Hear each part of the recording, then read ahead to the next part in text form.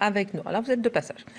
Éric Zemmour, depuis près d'une semaine, après l'arrestation de l'opposant politique Ousmane Sonko, une vague d'émeutes secoue le Sénégal. Comment le pays, plutôt citer un exemple en général en termes de stabilité politique, comment on est arrivé là? Écoutez, si je voulais, vous verrez, je vais commencer de la même façon, si vous me permettez, mes deux éditos ce soir par un chiffre. Ah oui? Oui, j'ai envie. Ce soir, 50%. C'est le pourcentage de jeunes de moins de 20 ans dans ce pays. Pour moi, ça dit tout. Vous savez, je vous cite toujours le fameux Gunnar Henson là, que j'ai pris pour un Suédois et qu'un Allemand, ou que j'ai pris pour un Allemand et qu'un Suédois. Peu importe, en tout cas, son fameux indice de belligérance, il dit qu'il y a des troubles, des risques de troubles, de guerre, d'affrontements, dès que la part des jeunes hommes est supérieure à 25%. On est à 50%. C'est une jeunesse qui n'a évidemment pas le droit à la parole. Vous savez, en Afrique, on respecte encore beaucoup les anciens. Alors, nous, on admire plutôt ça. Mais eux, je pense qu'il y a des excès. Vous voyez, ils en pâtissent beaucoup. Économiquement, il ne semble pas y avoir d'issue. La classe politique, et en particulier les gouvernements, sont très corrompus. Et donc, il y a une fureur qui monte. C'est un peu, si vous voulez, si je voulais comparer le mouvement là, la première chose qui me viendra à l'esprit, c'est de le comparer au mouvement algérien. Vous savez, le Kirak, on dit, c'est ça. Irak. Enfin bref, le mouvement de protestation contre le pouvoir, contre la corruption du pouvoir, En Italie, dans les années 70, on appelait ça le malgoverno. Je trouve que ça va assez bien à beaucoup de régimes africains. Ils gouvernent mal et il y a une corruption énorme, endémique. En plus, apparemment, le Covid n'a rien arrangé, évidemment, parce que les contraintes ont empêché le travail au noir, quoi, l'économie informelle, comme on dit pudiquement. Et donc, il y a beaucoup de gens qui vivaient de ça et qui donc se trouvent dans des situations absolument dramatiques. Donc, vous voyez, vous mettez tout ça et il y a cette révolte juvénile. En plus, l'opposant, apparemment, était justement l'idole de la jeunesse, etc. On lui monte une accusation un peu bidon de viol. Donc tout le monde a compris que c'était évidemment pour s'en débarrasser, parce que le président Macky Sall, l'actuel président, normalement en 2024, il ne peut pas constitutionnellement se représenter. Mais bon, il peut prendre exemple sur l'ami de Dimitri Poutine et modifier la Constitution pour pouvoir se représenter. Bref, vous voyez cette situation politique vraiment inextricable qui pousse à la révolte. Alors j'ai entendu, je crois que cet après-midi, il a été libéré, l'opposant. Oui, absolument. Donc, on voit bien que c'est un geste d'apaisement, évidemment. Non, mais quand vous dites bidon de viol, je ne sais pas. Je ne sais pas si c'est bidon. Oui, voilà. Je dis que ça a été voilà, pris. On ne sait pas. Voilà, je dis que ça a été pris par les soutiens de l'opposant. Ça a été pris pour une accusation bidon et pour un truc politique. C'est tout ce que je dis. Je ne sais pas, j'étais pas là, j'en sais rien. Mais voilà, c'est ça que je veux dire, quoi. Ça faisait bizarre d'utiliser cette méthode-là pour dénigrer et pour ostraciser un opposant politique dangereux. C'est comme ça que ça a été pris. Après, le reste, j'en sais rien. Oui, et puis bon, Ousmane Sonko, il a 46 ans et il est président du parti Patriote du Sénégal pour le travail. Oui, c'est l'espèce on dirait en France de populisme, vous voyez, qui veut rendre le pouvoir au peuple parce qu'il est effectivement confisqué. Il faut le dire. Si vous voulez, le Sénégal a longtemps été un modèle. C'était Senghor. C'est ça qu'on ne comprend pas. C'était Senghor. En plus, on a, vous savez, un lien particulier, nous, avec le Sénégal. Ça a été la première colonie française d'Afrique. On a un rapport très particulier. Ils ont eu, je crois qu'il y avait le suffrage universel dès 1848 a été accordé aux indigènes, comme on disait. Et en 1916, ils avaient la citoyenneté française. Donc, vous voyez, ça n'a rien à voir avec les autres colonies. Et d'ailleurs, vous savez, la force noire, comme disait le général Mangin pendant la guerre 14. Tirailleurs sénégalais. Voilà, étaient surnommés les tirailleurs sénégalais, alors qu'ils n'étaient pas tous sénégalais. Mais c'est pour vous dire que c'était le mot emblématique. Vous voyez, les Africains qui se battaient pour la France ne pouvaient être que sénégalais. Il y avait une espèce d'histoire d'amour entre le Sénégal et la France et la culture française, qui était magnifiquement incarnée par Senghor, Grammairien, Hamid Pompidou. Académicien. Absolument. académicien. Enfin bon, vous voyez quoi, c'était l'espèce le France-Afrique, le côté lumineux de la France-Afrique. Alors, Éric Zemmour, pourquoi justement certains manifestants s'en prennent à des symboles français, comme Auchan, comme Total? C'est là le côté sombre de la colonisation et de la France-Afrique. Évidemment que dès qu'il y a quelque chose qui va mal, on le voit dans tous les pays colonisés par la France, c'est la France qui est en première ligne. Et évidemment, on l'accuse de tout, de tous les maux, de néocolonialisme, de corruption, etc. Je crois qu'il y a 3 ans, le président Macron a promis une aide de 300 millions, 200 millions.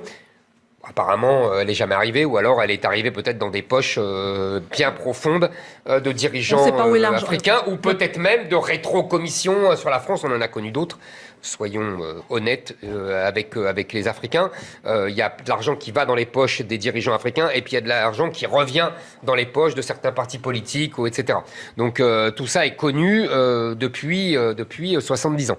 Maintenant, oui, les sociétés françaises gagnent beaucoup de marchés publics, mais non, les sociétés françaises ne gagnent pas tous les marchés publics. On voit de plus en plus la Chine, comme dans tout le reste de l'Afrique d'ailleurs, avoir ses marchés publics, construire des routes, des ponts, etc. Et les Chinois nous taillent des croupières bien souvent dans tous ces pays d'Afrique, et y compris au Sénégal. D'ailleurs, je vais vous dire, comme j'ai toujours un doigt de paranoïa, vous savez, enfin, comme disait Woody Allen, même les paranoïaques ont des ennemis. Donc, je vous dirais que c'est quand même bizarre que ces mouvements soient comme ça, spontanés. Moi, je me méfie, vous savez, depuis les révolutions oranges, je suis comme Poutine. Je me méfie beaucoup quand il y a des révolutions spontanées, des printemps, des révolutions, etc. Il y a souvent, enfin, en tout cas, parfois, la main de puissance étrangère. Et là, on voudrait se débarrasser de la présence française en Afrique, on ne ferait pas mieux. Qui serait derrière? Peut-être il n'y a personne. Peut-être qu'il y a les Chinois, peut-être qu'il y a les Russes, peut-être les Américains. En tout cas... Ou les Africains eux-mêmes? C'est ce que je vous dis. Peut-être qu'il n'y a pas de puissance étrangère derrière, mais peut-être aussi qu'il y en a. Peut-être qu'il y a les deux. Du Mali, par exemple. C'est pas pareil, hein, mais... Alors, ça, c'est autre chose. C'est parce que... Militaire, là, il y a un truc, un point très important pour les Français, c'est que les routes qui mènent à l'opération Barkhane, donc les routes qui permettent aux Français de se fournir, passent par le Sénégal. Donc pour les Français, le Sénégal est essentiel. En plus, l'armée sénégalaise est une des rares armées qui tiennent la route, avec sans doute l'armée tchadienne. Et donc, si jamais elle était occupée par des troubles, par l'anarchie révolutionnaire, elle ne pourrait plus nous aider dans la lutte contre le terrorisme, contre les attentats, etc. Vous voyez, donc cette situation est très importante pour la France. Alors, comment le pays peut se sortir d'une telle crise, Éric Zemmour? La France doit-elle intervenir alors même que ses liens avec le pouvoir sont justement dénoncés par les manifestants? Exactement. Alors, d'après les informations que j'avais cet après-midi, on me disait que Macron avait hésité, qu'il avait songé d'envoyer la marine française, une intervention militaire, puis qu'il s'était rétracté. Apparemment, c'est lui qui a fait pression sur le président pour que l'opposant soit immédiatement libéré. Donc manifestement, la France va essayer d'apaiser, de tenir un discours justement d'apaisement, disant que ils soutiennent la jeunesse, que la démocratie est indispensable, un peu dans la ligne, vous savez, du vieux maintenant discours de François Mitterrand en 1989, disant que désormais il faudrait des régimes démocratiques dans tous les pays africains, et qu'il y avait plus la guerre froide, et donc on ne tolérerait plus. En vérité, ce discours a vieilli, c'est-à-dire que le double discours français se voit.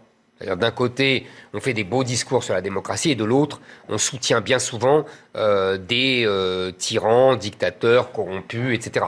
Là, la France devrait se mettre au clair avec sa politique africaine. On est en train de se mettre à dos toute la jeunesse de ces pays, parce qu'on est identifié aux vieux tyrans corrompus, vous voyez, qui refusent de passer la main, etc.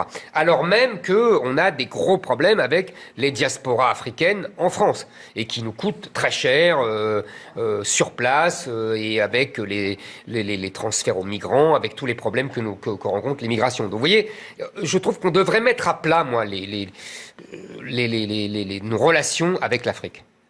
Ça serait pas mal. On parle toujours de faire ça avec l'Algérie, on le fait jamais, parce que les Algériens nous envoient bouler tout le temps. Je trouve qu'avec l'Afrique, on devrait le faire. Ça fait maintenant, je sais pas, 60 ans qu'on a décolonisé. Maintenant, il y a un âge pour tout. Ils sont autonomes, souverains, et on devrait pouvoir parler de tout ça, de tout ce qui nous lie et de tout ce qui nous oppose. Et ça prendrait quelle forme? Il y avait un ministère de la coopération, par exemple, avant.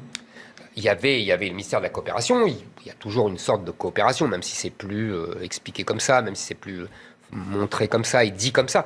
Non, moi je pense que la France là doit tenir un discours. Je vous dis, essayer d'apaiser la situation. Mais globalement, je trouve qu'il y aurait vraiment besoin d'un aggiornamento de notre politique africaine, en lien avec l'immigration africaine et les diasporas africaines, parce que je pense que tout ça est lié. Je pense par exemple, j'avais lu vous savez, le fameux livre de Stephen Smith, Ruée sur l'Europe, il expliquait de façon assez claire et assez convaincante, c'est pour ça que j'évoque ce livre, que la désespérance de la jeunesse africaine face au blocage de gouvernement, de pouvoir dans les sociétés africaines, était une des causes majeures de l'émigration des jeunes Africains vers la France, mais aussi les États-Unis, le Canada, etc. Vous voyez, donc c'est lié tout ça. Et moi, je pense qu'il faudrait en parler avec les élites africaines. Et puis, c'est vrai que la France a beaucoup d'intérêt économique en Afrique aussi. Et bien sûr, mettre à plat, même si le Sénégal, c'est pas un des pays les plus riches. Hein. Non, c'est pas comme la Côte d'Ivoire, vous voyez. C'est pas comme le Congo, c'est pas comme le Gabon. Voilà, le producteur mondial de cacahuètes. D'arachide. Et c'est les Français. Oui, mais qui est pris en main par les Chinois, je peux vous dire. Alors que ce sont les Français qui ont permis la culture de l'arachide, etc., au 19e siècle. Et qui est prise en main par les Chinois. Alors, l'un des facteurs que vous mettez souvent en avant, et qui là ne peut être tait, c'est celui de la démographie. Car il faudrait qu'il y ait une politique, en l'occurrence, de contrôle de naissance, un encouragement à... Maintenant, c'est quoi le rapport, là, pardon? C'est parce qu'on a une population... Non, mais ça, c'est votre argument. Mais pourquoi vous? Moi, j'ai très bien compris. J'ai dit, moi, que 50% des jeunes, et que un des problèmes majeurs de beaucoup de pays africains, c'est la démographie, l'explosion démographique. Donc il dit, il faut contrôler les naissances. Mais ça, je connais il est logique. Je connais votre argument. Le sien aussi, il est logique, il suit le mien. Mais j'aimerais avoir son développement. C'est-à-dire que malheureusement, on n'a pas grand-chose à le refaire. Vous êtes 100% d'accord avec, en fait. Ah mais oui, il prolonge l'argument, j'ai bien compris. Il a raison. On devrait lier notre aide à des politiques, puisque de toute façon, soyons clairs, s'il y a une explosion démographique aujourd'hui en Afrique, c'est parce que les Français ont permis la vaccination de tous les Africains, qu'ils ont amélioré les conditions de naissance des enfants africains. Tout ça n'aurait pas existé sans la colonisation et sans la collaboration, la coopération française. Ça n'aurait pas existé. C'est-à-dire que l'Afrique continuerait, s'il n'y avait pas eu la France, l'Afrique continuerait à connaître le développement démographique de l'humanité dans des temps ancestraux, c'est-à-dire en gros autant de naissances que de morts, parce qu'il y aurait un nombre très très important de mortalité infantile, comme il y avait en France au Moyen-Âge, au XVIIe siècle, etc. Est-ce que vous préconisez, par exemple, pour la maîtrise de la natalité, on va dire, de la population, de faire un peu peut-être comme la Chine? Je vous pose la question. La Chine, c'est vraiment, c'est tyrannique la Chine. Hein. C'est tyrannique, c'est-à-dire que les types allaient en prison s'ils avaient 2 enfants. Enfin, c'était moi je veux bien, hein, mais je pense que c'est un peu excessif. En revanche, on peut lier notre aide à une politique de contrôle des naissances. Non, mais là encore, il n'y a pas que le bâton, c'est l'explication.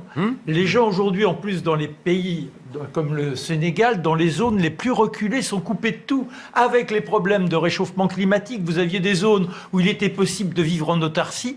Aujourd'hui, elles se diversifient, elles se désertifient. Et ce qui fait que ces gens se retrouvent malheureusement à la porte des villes et croupissent dans les bidonvilles. Absolument. Et rappelons quand même ce qu'avait instauré Léopold Senghor, qui était d'une fibre francophone extrême et qui avait permis un développement extrêmement harmonieux du Sénégal. Et l'autre fléau, je m'arrêterai là, je ne veux pas prendre trop le temps la parole, c'est quand même cette Chine qui, sur l'ensemble de ce continent, corrompt au maximum. Et quand on accuse la France de corrompre, disons que c'est une sorte de facilité.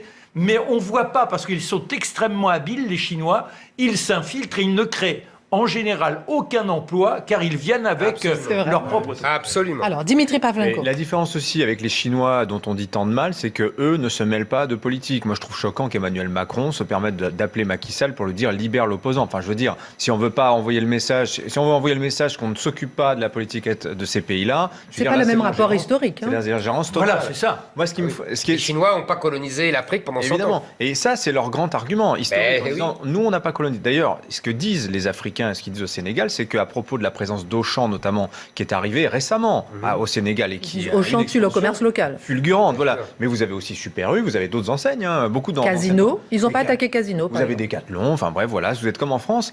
Eh bien, eux, les Africains, ils parlent au Sénégal de recolonisation française. Et c'est ça aujourd'hui qui leur déplaît. Et d'ailleurs, il y a un autre débat qui est très important, mais pas qu'au Sénégal, mais dans toute l'Afrique de l'Ouest, concernant le franc CFA. Vous savez qu'ils ont une volonté de créer une sorte d'euro régional pour abandonner le franc CFA, qui est le symbole de la perpétuation de cette colonisation ou de cette même recolonisation Dimitri, française. qu'ils le fassent. Ils sont en train de le faire. Non, mais je veux dire qu'ils le fassent, ils ont raison. Il s'appelle plus le Vous franc savez, CFA.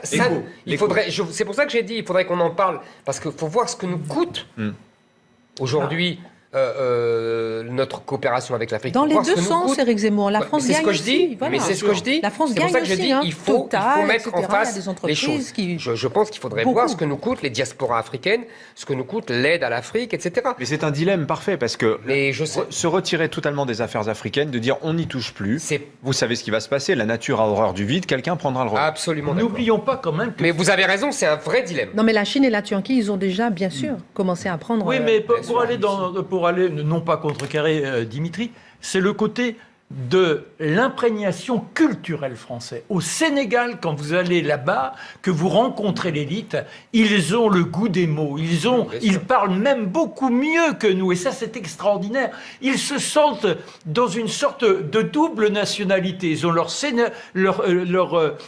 nationalité par rapport au quotidien, mais la culture, ils la vivent en tant que telle. Mais les jeunes étant en rupture, bah oui, ils cherchent à se déclaper de cet élan qui pour autant était extrêmement vivifiant pour eux. Se déclaper. Oui, je ne connaissais pas, moi non plus. Éric Zemmour, j'avais une petite dernière question supplémentaire. Je me demandais pourquoi l'arrestation d'un opposant, arrestation puis relâchement, il a été relâché, mais provoque autant d'émeutes au Sénégal, alors que dans d'autres pays d'Afrique, l'arrestation d'opposants est courante et ne provoque pas forcément autant d'émeutes. Oui, mais je pense qu'il était très populaire, il faut croire. Je ne connais pas aussi bien la situation politique. Parce que dans d'autres pays, ça passe. Parce que je pense que ça a été apparu comme une injustice. Et vous savez, il faut toujours un déclocteur. Hein. Voilà. Il faut toujours un prétexte. La révolution, elle éclate toujours de façon inattendue. Absolument. Ça couvote, ça couvote, ça couvote. Ça couvote.